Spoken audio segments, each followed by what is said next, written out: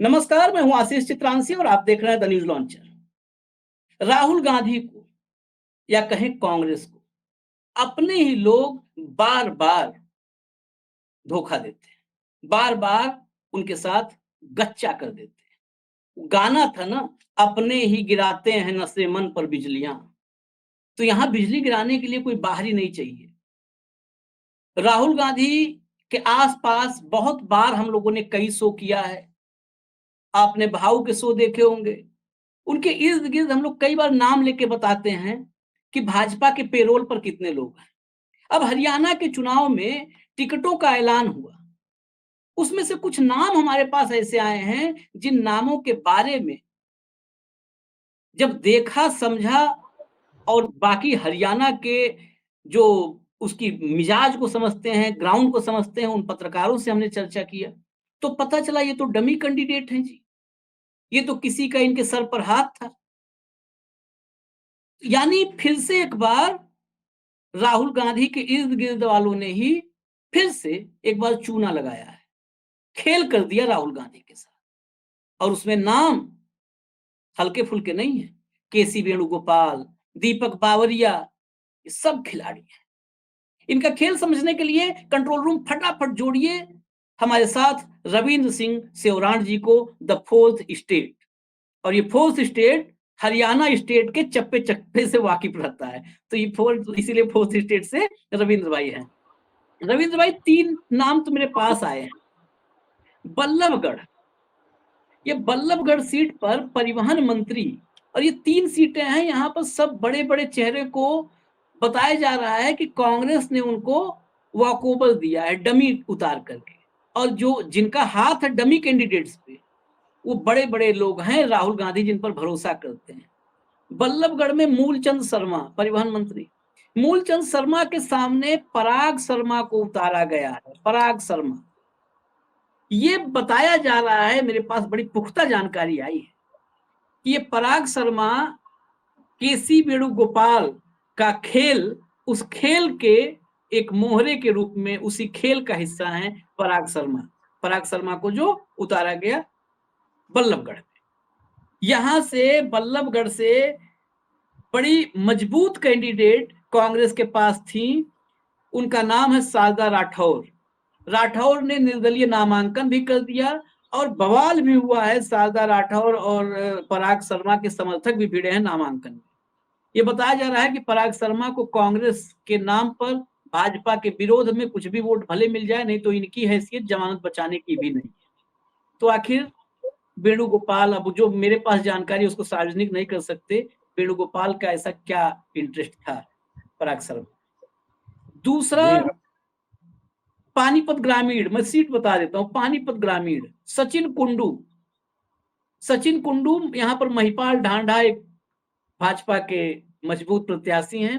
सचिन कुंडू, बताया जा रहा है कि इनका दीपक बावरिया की कृपा से टिकट हुआ है।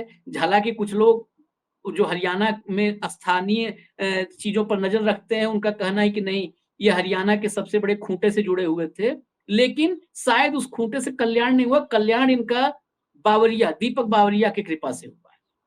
और तीसरा अंबाला कैंट, ये 3 प्राइमरी। तीसरा अंबाला कैंट अनिल विज की सीट। यहां से परिमल परी, जहां पर चित्रा सरवारा थी, उनको फिर से पत्ता साफ, और परिमल परी, शैलजा की कृपा थी इन पर। बस अब आपके हवाले है जरा इन तीनों का। ये 3 तो एग्जाम्पल है, फिर और भी पता चलेंगे। इसमें एक तिगांव की सीट भी जोड़ लीजिए। अच्छा। तिगांव की, हाँ, हाँ, हाँ, तिगांव की भी एक सीट है जहां से हाँ, बड़े मजबूत उम्मीदवार थे ललित नागर। हाँ, उनको भी नमस्ते कर दी गई है और वो भी हाँ, इंडिपेंडेंट चुनाव लड़ रहे हैं। एक बार हाँ, एमएलए रहे हैं और एक बार हार गए थे, लेकिन काफी मजबूत हाँ, उम्मीदवार हैं। उस इलाके में उनकी बड़ी अच्छी पकड़ है। हाँ, और उनकी जगह पे एक बहुत युवा कांग्रेस के नेता हैं, उनको दे दिया गया है। यंग हाँ, है काफी उनको, हाँ, पर कोई उनका बड़ा जनाधार है ऐसा नहीं है। हाँ, लेकिन पार्टी ने उनको टिकट दिया है। तो ये जो इस तरह के आपने नाम गिनवाए ना, इसमें खास तौर पर हम अगर बात करें चित्रा सरवारा की, चित्रा सरवारा अंबाला कैंट से पिछली बार भी चुनाव लड़ी थी और निर्दलीय लड़ी थी। और खास बात यह है कि ये भी लड़ी थी और इनके पिताजी भी लड़े थे। बाजू अंबाला शहर में 2 सीटें हैं, अंबाला कैंट और अंबाला शहर। अंबाला शहर से इन्होंने इनके पिताजी ने चुनाव लड़ा था और अंबाला कैंट से इन्होंने चुनाव लड़ा और दोनों बहुत बारीक अंतर से चुनाव हार गए थे, निर्दलीय होने के बाद भी पिछली बार। अगर इन दोनों को पिछली बार चुनाव में अगर टिकट मिल गई होती, तो आप समझिए 2 सीटें बढ़ जाती और कांग्रेस पार्टी की स्थिति दूसरी होती। 2 सीटें बीजेपी की घटती, इनकी बढ़ जाती, स्थिति दूसरी हो जाती। इनको पिछली बार टिकट नहीं दिया गया शैलजा के इंटरवेंशन की वजह से। शैलजा नहीं चाहती थी कि इनको टिकट दिया जाए, तो इनको टिकट पिछली बार नहीं दिया गया। इन्होंने पार्टी छोड़ी, छोड़ने के बाद ये चली गई आम आदमी पार्टी में और चुनाव से पहले आ गई। इस बार कांग्रेस पार्टी ने इनके पिताजी को टिकट दे दिया, निर्मल सिंह को, जो अंबाला शहर की सीट से लड़ रहे हैं। अंबाला कैंट की सीट से है गब्बर, जिनको कहा जाता है अनिल विज, जो पूर्व गृह मंत्री हैं, उनको टिकट दिया गया है। अब एक किस्म से ये समझिए उनको भी ये वॉक ओवर दे दिया गया, क्योंकि ये जो कैंडिडेट हैं परिमल परी, ये भी नए हैं, इनके बारे में भी जानकारी नहीं है कि वहाँ उस क्षेत्र में कितना इनका जनाधार है। बहुत ज्यादा जनाधार तो नहीं है, लेकिन चित्रा सरवारा पिछले कम से कम 10 साल से वहां पर लगातार लोगों के बीच में हैं और एक बड़ी चुनौती उन्होंने दी है अनिल विज को, और उनकी टिकट काट के किसी और व्यक्ति को वहां से टिकट देना, वो मुझे लगता है पॉलिटिकली उतना वाइज डिसीजन नहीं है जितना इस चुनाव में विजडम हम लोग एक्सपेक्ट कर रहे थे कांग्रेस पार्टी से। क्योंकि कांग्रेस में तो मुझे लगता है ये समय ऐसा है जब हर उस उम्मीदवार को टिकट देना चाहिए जो जिताऊ है, जैसे बीजेपी कर रही है। बीजेपी ने बाहर से लोगों को लिया, 1 दिन पहले, 2 दिन पहले, 1 हफ्ता पहले, और उनको तुरंत टिकट दे दिया बिना कोई सोच समझ के। धीरे धीरे लोगों ने बगावत की, अब देखिए शांत हो गया, अब इलेक्शन शुरू हो गया उनका। तो वही काम मुझे लगता है कांग्रेस को करने की जरूरत थी, और चित्रा सरवारा से बेहतर उम्मीदवार इस क्षेत्र में, इस विधानसभा सीट पर कोई था नहीं। लेकिन अब बीजेपी, कांग्रेस तो कांग्रेस है। कांग्रेस के बारे में तो आशीष भाई देखो, कहावत है कि ये तो जीत की मांद से भी हार निकाल के ले आती है, इसमें महारत इनको हासिल है। और ये इन्हीं लोगों की वजह से है जिनका आपने नाम लिया, क्योंकि ऐसे एक से एक अंदर कांग्रेस पार्टी में बैठे हैं जो अपने निजी फायदे के लिए पार्टी का नुकसान करते हैं। तो 2-3 सीटों के आपने और जिक्र किया, जो ये दूसरा सीट का जिक्र किया, पानीपत ग्रामीण। अब देखिए पानीपत ग्रामीण जो सीट है, उस पे ये जो जिनको टिकट दिया गया है, ये बाहरी हैं, ये वहां के रहने वाले नहीं है। लोग इनको बाहरी उम्मीदवार कह रहे हैं। इनका गांव है वो बगल की विधानसभा सीट है इसराना रिजर्व कॉन्स्टिट्यूएंसी है, तो वहां से ये चुनाव लड़ नहीं सकते थे, तो इनको यहाँ चुनाव लड़ने के लिए आए। ये वैसे तो भूपेंद्र हुड्डा परिवार के करीबी हैं, उनके नजदीकी हैं, और उन्होंने इनको टिकट दिलाने में मदद किसी लेवल पे की होगी। लेकिन आपकी जो जानकारी है कि ऊपर से भी इन्होंने कुछ जुगाड़ लगाया होगा, तो वो जानकारी भी आपकी बिल्कुल, देखिए आपकी जानकारियां तो हमेशा सटीक होती हैं, उस पर तो कोई सवाल ही नहीं है। आपको तो खबर मिली होगी बिल्कुल अंदर से ही, तो वो बात तो सही होगी आपकी।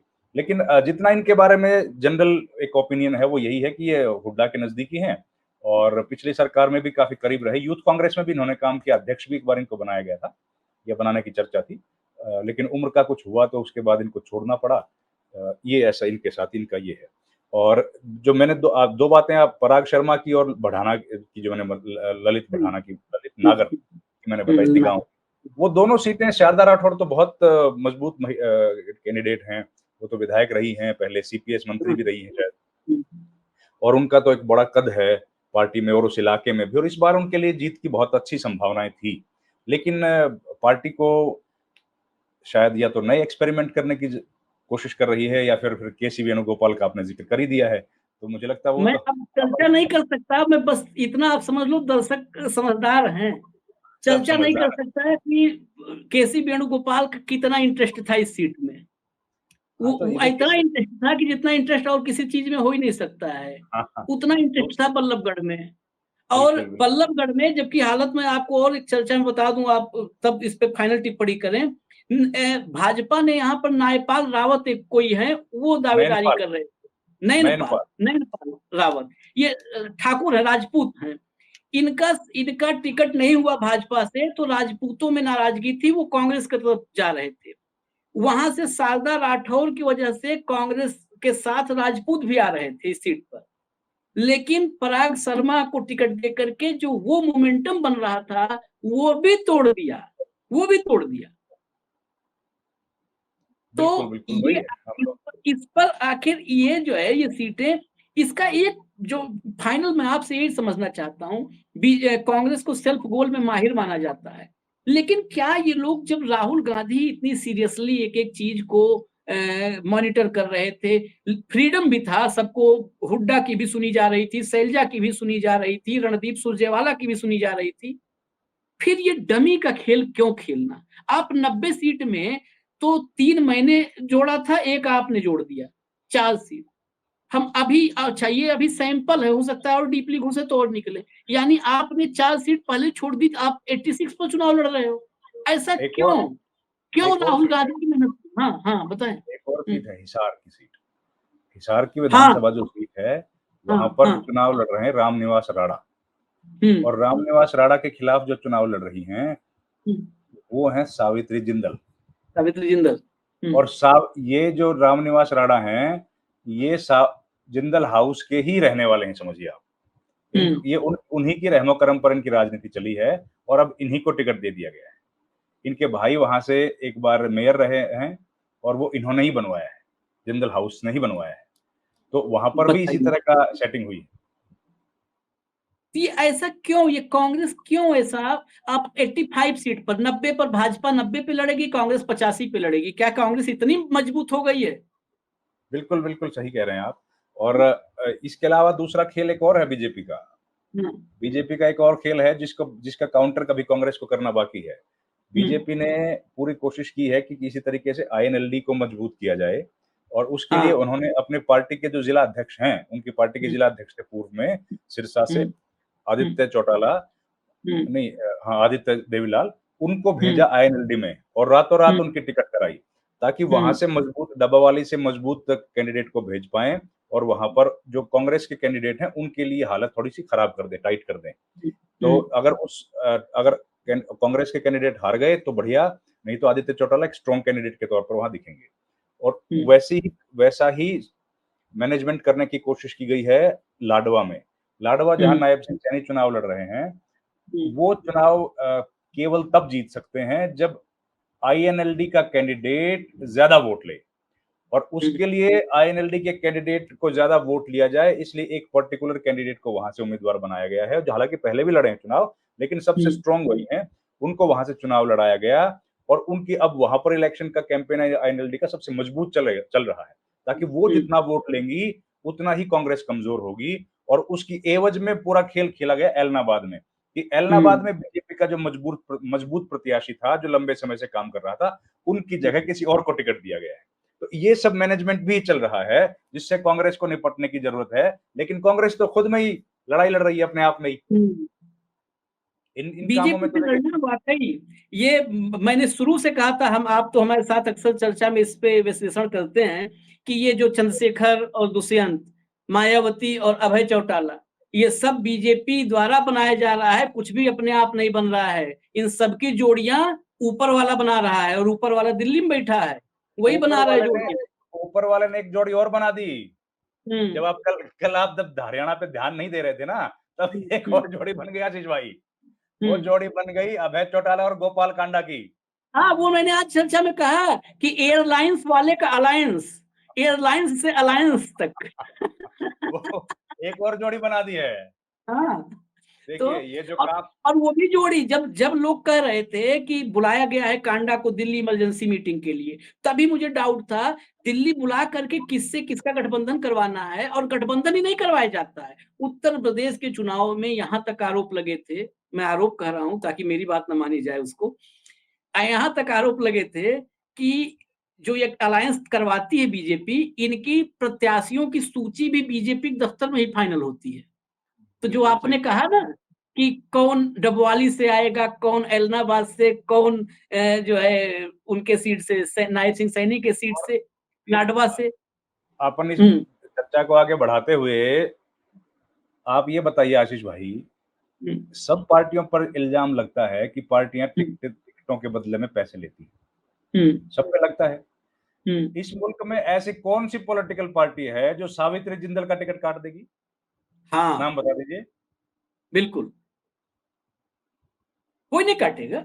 उनका भाई, उनकी हाँ, पाक साफ छवि है। हाँ, तीन बार उनके पति विधायक वहां से रहे, 2 बार वो खुद विधायक रही, मंत्री रही। उनकी टिकट हम्म। काट दी गई है। उनकी टिकट काट सकता है कोई? उनको निर्दलीय लड़वाया गया है, ताकि मैंने बोला कांग्रेस ये बात, जी ये ताकि भविष्य के लिए स्टेपनी तैयार की जा रही है, स्टेपनी। स्टेपनी, ताकि बीजेपी का जो कैंडिडेट हिसार में है वो बहुत हम्म वीक है और उसके हम्म खिलाफ बड़ा भारी एंटी इनकम्बेंसी है, तो हम्म उसके जो वोटर्स हैं उनको भी जगह मिल जाए वोट डालने के लिए, कमल जो बीजेपी के कैंडिडेट को भी। और कांग्रेस का जो माहौल है, एंटी इनकम्बेंसी की जो वेव है जिसमें कांग्रेस को वोट पड़ने वाले हैं, उनके हम्म वोट भी काट के सावित्री जिंदल अपने पक्ष में लेके आ जाएं। हम्म और जीतने के बाद सावित्री जिंदल कहां जाएंगी सबको पता है। हम्म तो ये हम्म इस तरह के गठजोड़ किए जा रहे हैं सर हर जगह पे। और एक और आखिरी गठजोड़ बता देता हूं, है तो और भी लंबी हो जाएगी बातचीत, दर्शकों को शायद फिर रोमांच ना रहे। तोशाम हम्म तोशाम विधानसभा क्षेत्र से चुनाव लड़ रही हैं श्रुति चौधरी, और हम्म श्रुति के खिलाफ में लड़ रहे हैं उनके भाई अनिरुद्ध। और हम्म वहां श्रुति को घेरने के लिए एक राजपूत उम्मीदवार निर्दलीय खड़ा करवा दिया है बीजेपी ने। अब वहां हम्म है 20 से 22 हजार राजपूत समाज के वोट जो पड़ने थे बीजेपी को, अगर वो हम्म पड़ गए निर्दलीय उम्मीदवार को तो कैसे जीत हम्म पाएंगे जी आप। हम्म उधर वोट पड़ गए तो बीजेपी का कैंडिडेट हार गया और जीत हम्म जाएगा कौन, मतलब हम्म संभावनाएं बढ़ जाएंगी ना निर्दलीय कैंडिडेट की। अब वो हम्म जीते तो बीजेपी का और हारे तो बीजेपी का, हम्म चारों तरफ ऐसा घटनाक्रम लगा दिया है। अब ऐसे घटनाक्रम के बीच जब ये खबरें आती हैं कि किसी वेणुगोपाल अपना प्रत्याशी डमी उतार दिए, शैलजा ने किसी और को बढ़ा दिया, बावरिया ने किसी और का भला कर दिया, तो फिर कांग्रेस का क्या होगा, इस पर सवाल खड़ा होने लगता है। और फिर हरियाणा के लोगों के लिए भी एक मन के क्षोभ की बात है, जब हरियाणा के लोग कांग्रेस के साथ नहीं बीजेपी के खिलाफ खड़े हैं, कांग्रेस के साथ भले नहीं बीजेपी के खिलाफ खड़े हैं, तो हरियाणा के लोगों के साथ भी कांग्रेस गलत कर रही है, बिल्कुल गलत कर रही है। ये बड़े कम ऐसे अवसर होते हैं कि आपके साथ न होते हुए भी लोग आपके साथ हों, क्योंकि किसी से मुक्ति चाहिए उनको। खैर, हरियाणा की सियासत पर नजर रखेंगे। आज बड़ा व्यस्त कार्यक्रम था ये रविंद्र भाई का, तो ये उसमें तो से हाँ साहब जी। इसके बारे में तो लोगों ने कह दिया है, तुम हम्म, तो तकल्लुफ को भी इखलास समझ लेते हो फराज, दोस्त हम्म, नहीं होता हर हाथ मिलाने वाला। हाँ हाँ, दोस्त नहीं होता रात मिलाने वाला। खैर, आज बड़ा कीमती वक्त था, बड़ा शेड्यूल व्यस्त था रविंद्र भाई का, उसमें से इन्होंने अभी वक्त निकाला, अभी इनके और आगे के प्रोग्राम्स हैं, तो इसीलिए मैं जल्दी ही प्रोग्राम समेट रहा हूँ। इतनी इन्फॉर्मेशन थी वो दे दिया हमें, हमने आपको। बाकी इन्फॉर्मेशन के लिए फोर्थ स्टेट। अभी इजाजत दीजिए हमें, देखते रहिए news thank you launcher. Sir, नमस्कार। नमस्कार, गुड नाइट।